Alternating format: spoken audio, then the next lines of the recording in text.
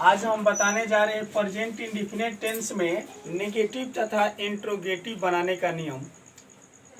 हमारा अगले वीडियो में बताए थे टेंस माने होता है काल या समय, उसी के बारे में हम बताए थे। उसमें बताए थे present indefinite tense. Present indefinite tense का पहचान और प्रेजेंट इंडेफिनिट टेंस में सिंपल बनाने का नियम बताए थे। आज हम बताने जा रहे हैं प्रेजेंट इंडेफिनिट टेंस में नेगेटिव तथा इंट्रोगेटिव बनाने का नियम। तो नेगेटिव इंट्रोगेटिव कैसे बनता है, ये कैसे बनाया जाता है, पहले हम जानेंगे इसका नियम।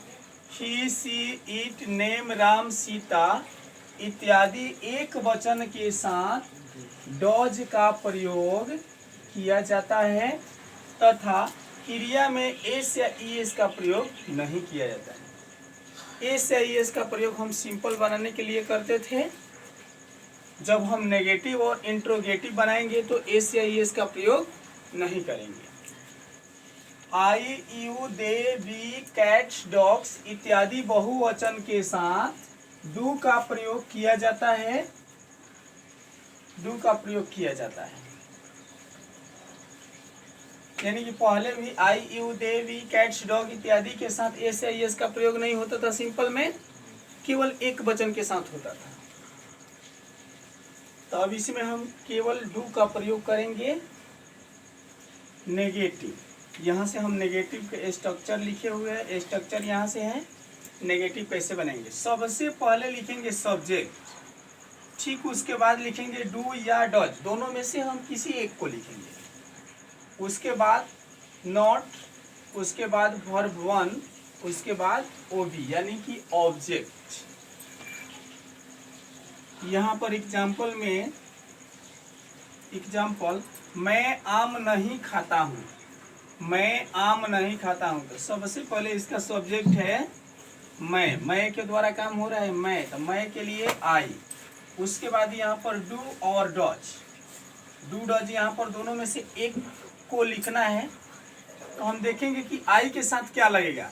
तो यहाँ पर I, you, they, we, cats, dogs इत्यादि बहुवचन के साथ डू का प्रयोग किया जाता है। यहाँ पर आई के साथ क्या लग रहा है, डू, तो हम यहाँ पर डू लगा देंगे। फिर उसके बाद यहाँ पर नोट दिया हुआ है स्ट्रक्चर में, फिर यहाँ पर हम नोट लगा देंगे। फिर V1 यानी क्रिया का पहला रूप, तो यहाँ पर क्रिया क्या है, खाता, खाता का पहला रूप हो जाएगा ईट, तो यहाँ पर हम ईट लिख दिए। उसके बाद आम है, तो हम एक बार में हम एक ही आम को पकड़ के खा सकते हैं, एक ही आम को खा सकते हैं, इसलिए यहाँ पर हम लिखेंगे ए मैंगो, ये हमारा बन गया। फिर 2 नंबर में है वह स्कूल नहीं जाती है, तो वह लड़की का बोध हो रहा है, तो यहाँ पर हम लिखेंगे सी। अब देखेंगे कि सी के साथ डॉज लगेगा या डू लगेगा। डू डज को देखेंगे कि सी के साथ क्या लगेगा, तो यहाँ पर दिया हुआ है सी, सी के साथ क्या लग रहा है, तो डॉज, तो यहाँ पर हम डॉज लगा देंगे। फिर उसके बाद नहीं दिया हुआ है, तो यहाँ पर हम नोट लगाएंगे। उसके बाद V1 वर्ब का पहला रूप, तो यहाँ पर हम इट लिख दिए। वर्ब का पहला रूप लिखना है, तो यहाँ पर जाती है, हमारा वर्ब यहाँ पर जाती है, तो जाना का क्या होता है, गो, जाना क्या होता है, गो। तब यहाँ पर हम गो टू स्कूल, कहाँ जाती है, तो स्कूल, तो यहाँ पर हम लिखेंगे go to school. Sita Patna नहीं जाती है, तो यहाँ पर हम सीता का पहले सबसे पहले लिखेंगे सीता, और देखेंगे सीता के साथ डू लगेगा या डॉज, तो यहाँ पर राम सीता, सीता के साथ क्या लगेगा, डॉज, तब यहाँ पर हम लगा देंगे डॉज, डॉज हो गया। उसके बाद नहीं दिया हुआ है, तो नहीं के लिए हम क्या लिखेंगे, नॉट, वर्ब वन, तो यहाँ पर जाती, जाती का गो टू पटना, तो यहाँ पर हम लिख देंगे पटना, ये हमारा नेगेटिव टेंस बन गया। उसके बाद है इंट्रोगेटिव। इंट्रोगेटिव का स्ट्रक्चर है do does plus subject plus V1 plus object, यानी कि अब हम इंट्रोगेटिव में सबसे पहले डू और डज को लिखेंगे। सबसे पहले डू डज लिखेंगे। यहाँ पर 1 नंबर में एग्जाम्पल है, क्या राम किताब पढ़ता है? तो यहाँ पर हो जाएगा सबसे पहले राम, राम के साथ क्या लगता है? डॉज लगता है। तो डॉज को हम सबसे फर्स्ट में कर देंगे, सबसे आगे डॉज को लिख देंगे। तो यहाँ पर हम डॉज लिख दिए, डॉज। उसके बाद सब्जेक्ट राम पढ़ता, पढ़ना क्या हो जाएगा? रीड। उसके बाद ए बुक। क्या वह स्कूल जाती है? क्या वह स्कूल जाती है? इसमें भी क्या है? तो वह के लिए हम सी लिखते हैं। तब देखेंगे कि सी के साथ क्या लगेगा। तो सी के साथ यहाँ पर दिया हुआ है डॉज। अब यहाँ पर हम सबसे पहले डॉज लिख देंगे, डॉज। उसके बाद सी, स्कूल जाती है, जाता का होता है गो टू, स्कूल का स्कूल। फिर 3 नंबर एग्जाम्पल, क्या तुम लोग क्रिकेट खेलते हो? तुम लोग के साथ क्या, तुम लोग का इंग्लिश क्या होता है? यू।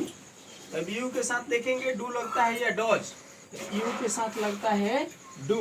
तब हम डू को सबसे पहले लिख देंगे, do you play cricket? Do you play cricket? अब यहाँ पर what, when, how, who, where, why. What माने क्या, व्हेन माने कब, हाउ माने कैसे, हु माने कौन, वेयर माने कहाँ, व्हाई माने क्यों। उसके बाद do does plus subject plus V1 plus object. अगर किसी भी वाक्य में क्या, क्यों, कहाँ, कब, कैसे, किन्हें, किसको ये दिया हो, तो सबसे पहले हम क्या, क्यों, कब, किन्हें, किसको सबसे पहले हम लिखेंगे। सबसे पहले उन्हीं को हम लिखेंगे। जैसे यहाँ पर दिया है क्या, इसमें दिया है क्या, फिर उसके बाद यहाँ पर है क्यों, तो सबसे पहले हम इसको लिखेंगे। यहाँ पर दिया हुआ है क्या, तो सबसे पहले क्या का इंग्लिश देखेंगे क्या होता है, तो व्हाट। तो सबसे पहले हम यहाँ पर व्हाट लिख दिए।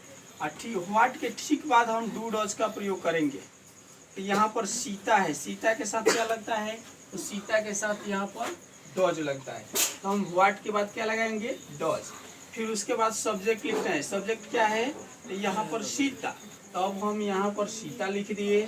फिर उसके बाद खाती है, तो खाना का क्या होता है, ईट। ये हमारा बन गया।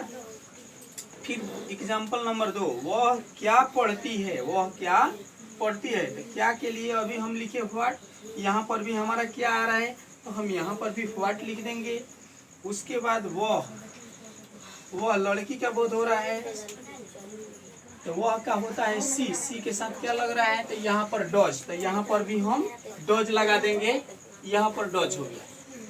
फिर उसके बाद यहाँ पर रीड, तो यहाँ पर रीड लिख देंगे, सी रीड, यहाँ पर रीड लिख दिए। फिर वह पढ़ना क्यों नहीं, वह पढ़ना क्यों नहीं चाहती है। एग्जाम्पल नंबर 3, वह पढ़ना क्यों नहीं चाहती है। तो सबसे पहले हम क्यों का लिखेंगे यहाँ पर वाई। उसके बाद वह, अभी हम लिखे सी के साथ डॉज, तो यहाँ पर भी हम डॉज लिख देंगे। उसके बाद सी, इसमें नहीं है तो नहीं के लिए हम नॉट लिखेंगे। चाहना का इंग्लिश होता है वांट, तब यहाँ पर वांट टू रीड हो जाएगा। आज बस इतना ही, फिर हम अगले वीडियो के साथ मिलेंगे, उसमें हम बताएंगे प्रेजेंट कंटिन्यूअस टेंस।